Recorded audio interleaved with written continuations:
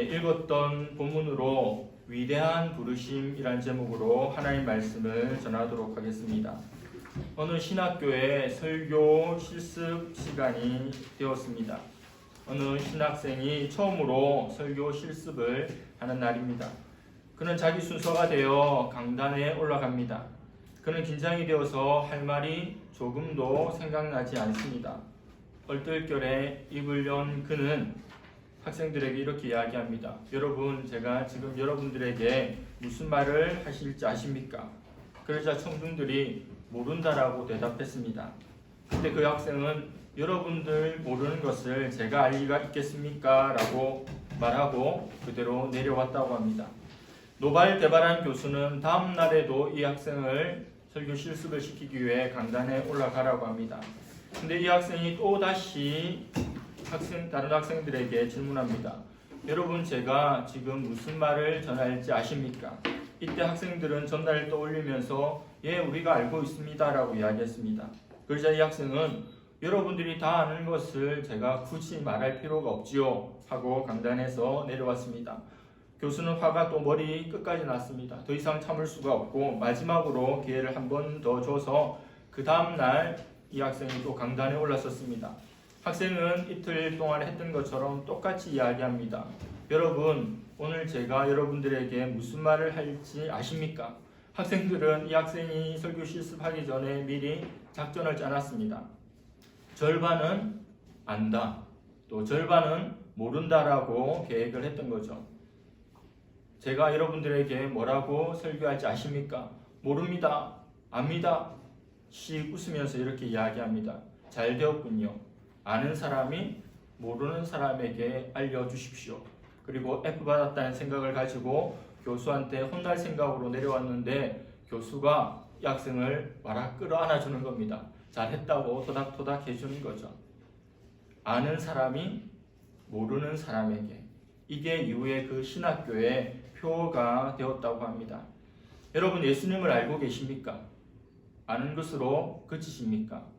예수님을 아는 여러분이 모르는 이들에게 얼마나 그것을 알려주고 계십니까? 오늘 말씀은 예수님이 오심을 예비한 세례 요한으로부터 시작합니다. 그는 광야의 소리로 예수님이 오시는 길을 평탄케 하는 사역을 감당했습니다. 광야에서 회개의 세례를 외쳤던 존재고 수많은 사람들이 세례를 받고 또 세례 요한을 따랐습니다. 그 앞에 예수님이 지나가십니다. 그 예수님을 본 세례 요한이 이렇게 이야기하죠. 36절에 보라, 하나님의 어린 양이로다. 지난주에 살펴보았죠. 세례 요한이 예수님을 보고 보라, 하나님의 어린 양이다 이렇게 이야기합니다. 세례 요한 입에서 그 외침이 떨어지기가 무섭게 세례 요한의 제자 중 두 사람이 바로 스승과 결별하고 그 예수님을 좇기 시작합니다. 한 사람의 이름은 안드레, 그리고 또 한 사람은 이름이 나오지 않지만 요한으로 추측됩니다. 여러분, 제자 있습니까? 제자는 어떤 사람입니까? 스승으로부터 가르침을 잘 받죠. 또 스승의 말에 순종합니다. 스승의 뒤를 잘 따라가기 위해서 준비하고 스승을 잘 섬기는 존재가 제자입니다. 그런데 오늘 세례 요한이 보라, 하나님의 어린 양이다 말하자마자 마치 세례 요한과 손절하듯이 관계를 끝내고 쫓아갑니다. 물론 오늘만 예수님을 말한 게 아니죠. 지금까지 계속해서 예수님에 대해서 주옥과도 같은 메시지를 세례 요한이 베풀었고 눈앞에 그 예수님이 나타났고 두 제자가 예수님을 쫓은 겁니다. 세례 요한이 이 두 제자를 키우기 위해서 얼마나 공을 들였겠습니까? 마음을 쓰고 애정을 쏟아서 키웠겠죠. 그럼에도 불구하고 단 한순간에 매정하게 예수님을 떠나가는 것처럼 보입니다. 인간적으로 보면 야속하기도 하죠. 배신감이 느껴지기도 합니다. 그러나 세례 요한에게는 그런 분위기가 전혀 발견되지 않습니다. 오히려 적극적인 것 같아요. 등을 떠미는 것 같습니다. 내 때는 여기까지야. 이제 저분을 따라가야 되라고 밀어붙이는 것 같아요. 세례 요한의 제자 중에 1등, 2등 하지 않았겠습니까? 왜 세례 요한이 이럴 수 있죠? 자기를 아는 거죠. 자기는 조연입니다. 그를 아는 거죠. 그는 주연입니다. 예수님을 따라가는 사역을 내가 했고 그 예수님이 나타났으니 나의 가르침에 따라 나의 고백에 따라 예수님 따라가는 것이 맞다라고 하는 거죠. 이전 스승인 세례요한을 뒤로하고 예수님을 따랐던 두 사람에게 예수님이 이렇게 질문하십니다. 무엇을 구하느냐? 날 왜 따라오느냐? 뭘 원하느냐? 이런 질문이죠. 로마의 압제에서 해방되는 것, 빵을 먹고 배가 부르는 것, 자기 욕망을 이루는 것, 권력을 얻는 것, 병 낫기를 바라는 것, 행복을 추구하는 것. 아니 도대체 어떤 이유로 세례 요한을 버리고 그를 뒤로하고 나를 쫓느냐라고 주님이 질문하십니다. 2000년 전 이런 질문을 던졌던 주님은 2000년 후인 지금도 우리에게 질문합니다. 너는 왜 나를 쫓지? 이 좋은 날에 왜 예배를 드렸는데 또 드리러 오는 거죠. 일주일 중에 구별된 1시간 예배 드릴 뿐만 아니라 날마다 큐티하고 성경 읽고 또 기도하면서 예수님을 따라가기 위해서 애쓰는 이유가 뭡니까? 예수님 앞에 기도하고 예수님으로부터 많은 것들을 받기 위하여서 더 복받고 더 누리고 더 행복해지기 위해서 저는 예수님을 붙잡습니다. 물론 그것 자체가 틀린 것은 아니죠. 그러나 핵심은 아닙니다. 우리가 주님을 따르는 핵심은 무엇입니까? 주님을 따를 때 가난해지고 연약해지고 부족해지고 즉시 우리의 삶이 달라지지 않는다 할지라도 예수님은 우리의 목적이십니다. 어떤 일을 이루기 위한 수단으로서 예수님을 좇는 것이 아니라 그분 자체가 목적이라고 하는 거죠. 그분을 쫓아가면서 이런 복도 받고 저런 복도 받을 수 있지만 그것은 부수적인 것입니다. 예수님을 아주 잘 믿는데 저렇게 잘 믿을 수가 없는데 하는 일마다 안 되는 이들을 본 적이 있습니까? 예수님 잘 안 믿어서 그렇지. 예수님 믿으면 복 받는데 이 복이라고 하는 것, 세상이 말하는 복과 영적인 복이 다르다라고 하는 거죠. 예수님은 수단이 아닙니다. 한순간도 우리 삶의 수단으로 여기지 말고 그분 자체를 목적으로 삼을 수 있기를 바랍니다. 예수님께서 뭐 때문이냐? 왜 그러냐? 질문하자 그들이 이렇게 대답합니다. 주님, 어디 계시는지 우리에게 알려주십시오. 우리가 찾아뵙기를 원합니다. 그래서 예수님께서 유명한 말씀하죠. 와서 보라. 예전 성경에서는 와보라 되어 있는데 개역 개정되면서 서자가 들어갔어요. 예전에는 와보라, come and see. 지금은 와서 보라. 굉장히 중요한 의미입니다. 익숙한 표현이긴 하지만 원어에 가깝게 번역을 하자면 나에게 오라. 그리하면 알게 될 것이다. 이것이 예수님의 대답입니다. 그들은 예수님과 함께 하루를 보냅니다.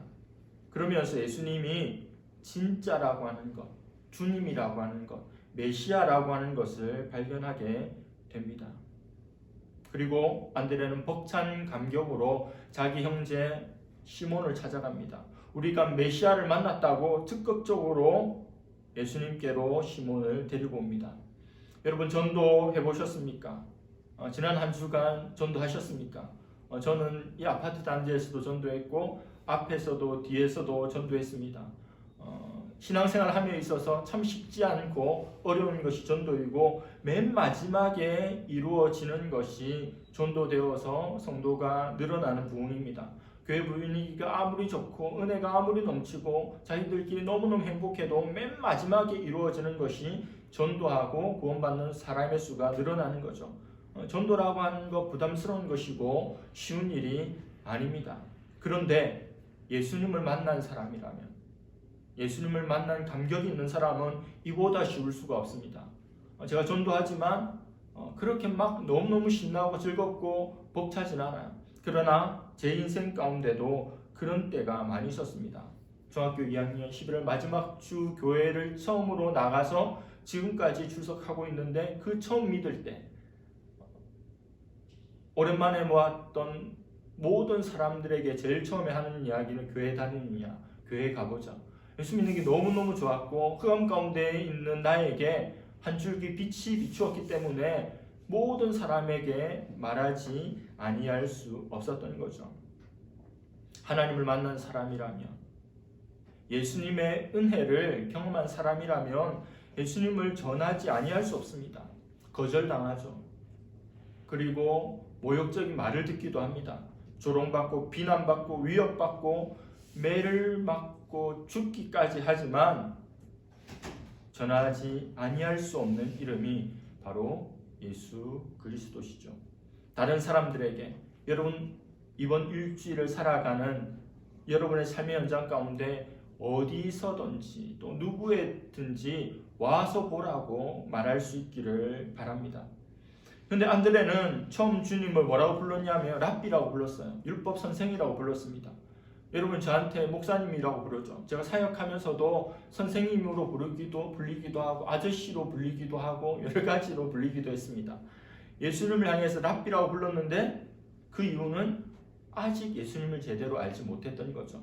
근데 예수님과 함께한 하루의 시간을 통해서 와 이분은 진짜구나 이분 하나님이시구나를 알고 이제 메시아라고 부르게 되는 겁니다. 하루의 시간 동안에 예수님과 대화를 통해서 그분을 배우면서 아 이분이 하나님이시구나라고 하는 것을 알았던 거죠. 세례 요한은 처음부터 알았습니다. 세례 요한은 엄마 뱃속에서 마리아 뱃속에 있는 예수님을 알았어요. 모르지 않았습니다. 세례 요한처럼 처음부터 주님을 하나님의 아들로 아는 것 너무너무 좋은 일이지만 안드레처럼 조금 지나서 아는 것도 나쁘지 않습니다. 안드레는 베드로보다 먼저 예수님을 만났던 존재입니다. 그러나 성경이나 역사를 살펴봐도 안드레가 특별한 일을 한 그런 기록들이 없습니다. 형제인 베드로, 내가 먼저 믿었는데 형제인 베드로가 초대교회의 기둥 같은 일꾼이 되고 초대교회를 이끌어가고 그런 놀라운 모습들을 보면서 시기 또 질투 그런 마음 가질 법한데 그에게 그런 모습은 없습니다. 초대교회의 기둥이 되었던 베드로를 주님께로 인도하는 역할이 안드레의 역할이 아니었을까요? 이것이 어쩌면 그의 인생 가운데 주요한 역할이 아니었나 모르겠습니다. 재밌는 것은 성경 이후에 보면 안드레가 한 2번 정도 나오는데 2번 나올 그때마다 누군가를 주님께로 늘 인도했다라고 하는 겁니다.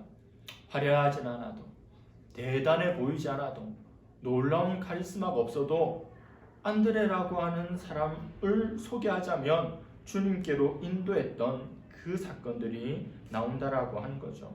안드레에게 배울 수 있는 것이 바로 이 전도의 열심입니다. 내가 잘 전할 수 없다면 전할 수 있는 목사에게 또 하나님의 은혜가 가득한 교회로 데리고 오면 하나님께서 일하실 수 있는데 그조차 하지 않는 거죠. 하나님이 가장 기뻐하시는 영혼을 주님께로 인도하는 그래서 많은 열매를 얻어야 할 이 계절 가을에 영혼의 주수를 할 수 있기를 바랍니다. 여러분들도 그렇게 할 수 있기를 바라고 저도 영혼의 주수가 11월에 있기를 바랍니다. 동생 안드레의 인도를 받고 시몬은 예수님께로 나왔습니다. 주님은 시몬을 보자마자 즉시 앞으로 너는 내가 게바로 부를 거야 라고 이름을 바꾸십니다. 부모가 지어준 그 소중한 이름을 바꾸어 버립니다. 그것도 생전 한 번도 본 적이 없는 예수라는 존재가 나의 이름을 바꿔서 부르겠다라고 하는 거죠. 베드로는요 이날 예수님 만나고 한 1년 가까운 시간 동안 아무 일 없이 지냅니다.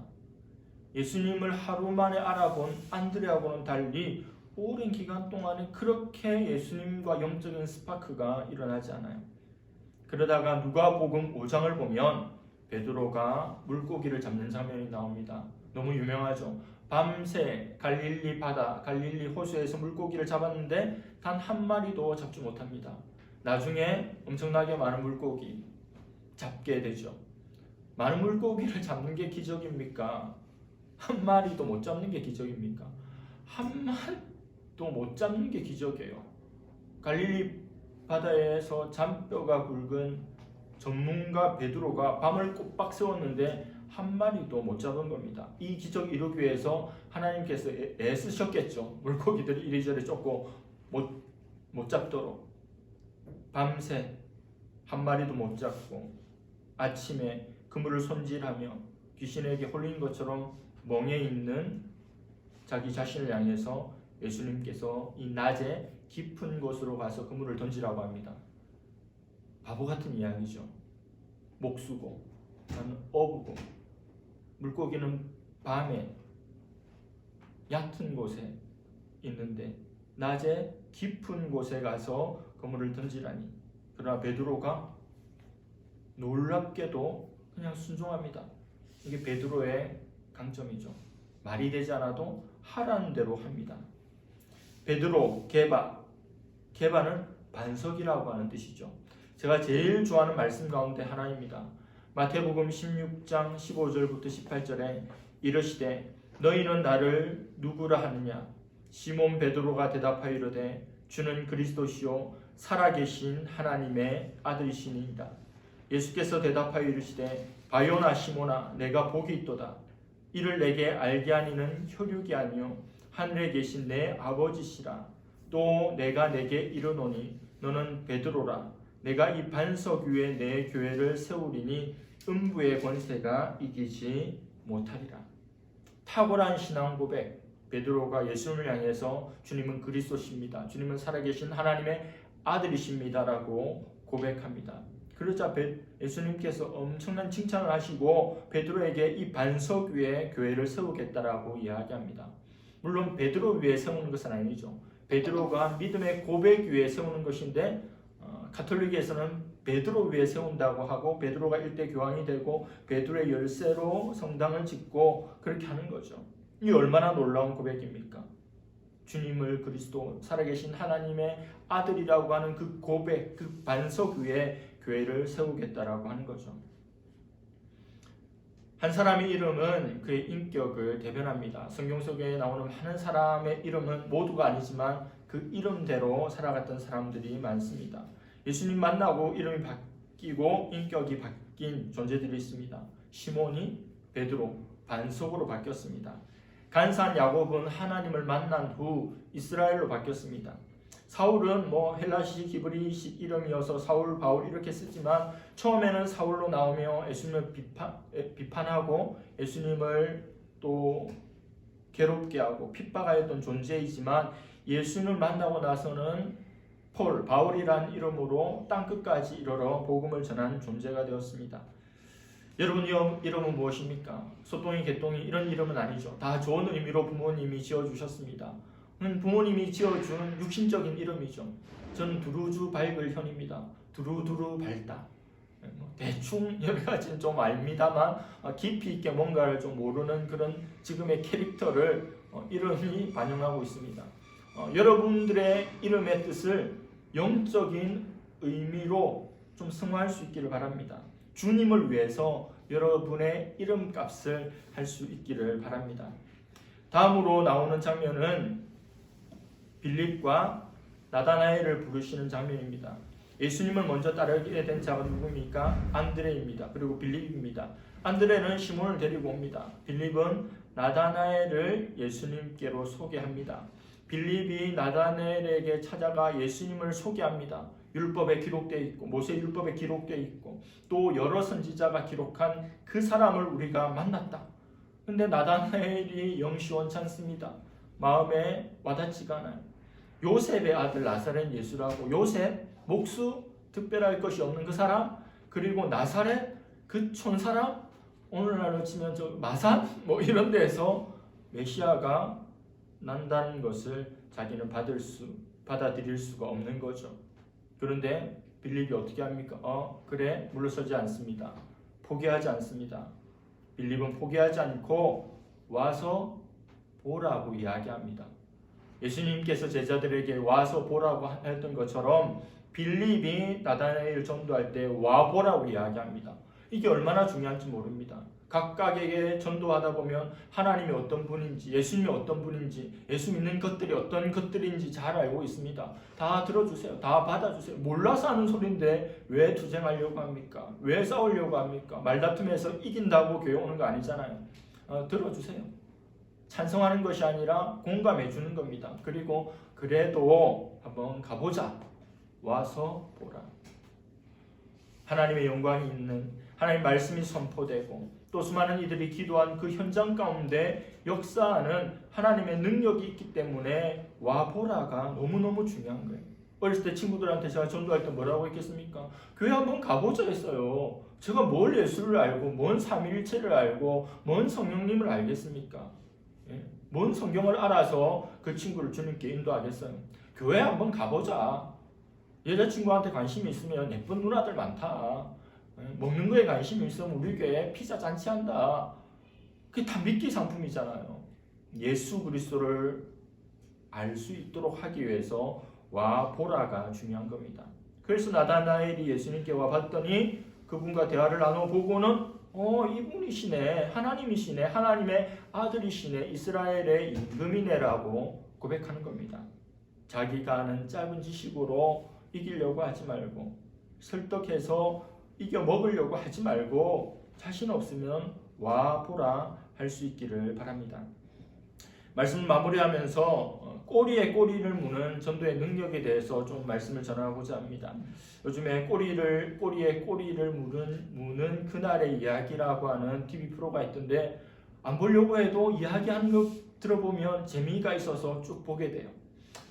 1858년에 미국 시카고의 한 주일학교에 에즈라 킴볼이라고 하는 주일학교 선생님이 있었습니다. 늘 동네를 지나가다가 양화점, 구두수선하는 그 양화점의 소년에게 복음을 전하고 싶은 마음이 있는데 그때나 지금이나 전도하기가 참 쉽지 않죠. 꼬맹이 어린 아이인데 근데 용기를 내어서 기도 열심히 한 후에 복음을 전했더니 그가 예수님을 믿는 겁니다. 너무 감사하죠. 그가 드와이트 무디입니다. D.L. 무디죠. 에즈라 킴볼이라는 사람 이름도 없고 존재감도 없어야 되는 사람인데 D.L. 무디를 전도한 사람으로 역사가 기록하고 있습니다. 무디가 영국에서 종교개혁에 굉장히 열심을 내었습니다. 종교개혁을 부르짖었습니다. 당시 작은 교회를 담임하던 프레드릭 마이어라고 하는 사람이 무디의 설교를 듣고 그냥 눈이 확 열려버린 겁니다. 그 후에 저명한 신학자가 됐다고 합니다. 세월이 흘렀습니다. 이제 프레드릭 마이어가 무디가 만든 무디 신학교에서 강연을 하고 있을 때 한 청년이 그의 설교를 받고 도전을 받아 은혜를 받고 그의 인생관을 바꾸어 버렸습니다. 그는 윌버 체프만이라는 사람으로 YMCA의 목사가 되었다고 합니다. 체프만이 YMCA 목사가 되어서 열심히 사람들을 모집한 중에 프로야구 선수인 빌리 썬데이라는 사람이 청년이 오게 됐는데 또 훗날 유명한 대단한 전도자가 됐대요. 썬데이가 설교를 했을 때 또 은혜를 받고 기도의 모임을 가졌는데 그 중에 한 명이 햄이라고 하는 사람입니다. 훗날에 햄이 설교를 했는데 그 설교를 듣고 한 청년이 나는 목회자가 되어야 되겠다고 결심했습니다. 햄이 인도하는 그 모임에서 목사가 되어야겠다고 소원한 그 사람은 바로 세계적인 전도자, 설교자인 빌리 그레이엄 목사입니다. 한 사람이 양화정의 어린 직원에게 자신의 인생과 신앙에 대해서 설명한 일로부터 얼마나 많은 사람들이 주님께로 돌아오고 그 한 명 한 명을 통해서 놀라운 역사들이 일어났는지, 우리가 전하는 복음, 한 사람에게 전하는 그 복음이 뒤를 이어서 얼마나 많은 사람들에게 영향을 끼칠지 생각해 보신 적이 있습니까? 우리 주님께서는 나에게 관심이 있지만 나를 통해서 주님께로 오게 되고 또 그를 통해서 주님께로 오게 될 사람을 기다리고 있음을 생각할 수 있기를 바랍니다. 이 영광스러운 복음 전도자의 자리에 있기를 바랍니다. 말씀을 마무리합니다. 오늘 본문 속에 5명의 부르심이 우리에게 소개됩니다. 재밌는 것은 5 부르심이 제각각이라고 하는 거죠. 안드레와 요한은 세례 요한의 설교를 듣고 예수님을 따라갔습니다. 나다나엘은 개인 전도를 듣고 회심하였고, 빌립은 예수님께서 직접 부르신 존재입니다. 베드로는요, 전도도 받았지만 또 직접 예수님의 부르심을 받았던 존재입니다. 그들의 부르심은 각각입니다. 그러나 그들은 같은 방향으로 나아가고 있는 존재입니다. 우리의 부르심도 다양하죠. 모태신앙도 있을 거고, 중간에 믿은 사람도 있을 거고, 목사로 부르심 받은 자, 사모로 부르심을 받은 자, 선교사로 부르심을 받은 자의 가정의 자녀들, 여러 부르심들이 있지만 우리가 가야 할 목적지는 동일하다라고 하는 것입니다. 그래서 우리는 동역자입니다. 형제입니다. 주님께서 부르실 그날까지 우리의 부르심의 모양은 다르지만 우리를 부르신 궁극적인 목적을 기억하며 신앙하고 행진하는 저와 여러분들 될 수 있기를 간절히 바랍니다. 오늘 들었던 말씀 기억하시면서 한번 기도하는 시간을 갖도록 하겠습니다. 나의 부르심이 어떤 부르심인지, 하나님 나를 통해서 어떤 일을 하기를 원하시는지, 나를 통해서 누구에게 복음을 전하기를 원하시는지, 나를 통해서 와보라고 외침을 들어야 할 이들이 누가 있는지, 잊혀진 부르심 되지 않기를 원하며 위대한 부르심이 되기를 원합니다. 이런 제목으로 말씀을 자신의 삶에 적용하며 기도하도록 하겠습니다. 기도하겠습니다. 하나님 아버지,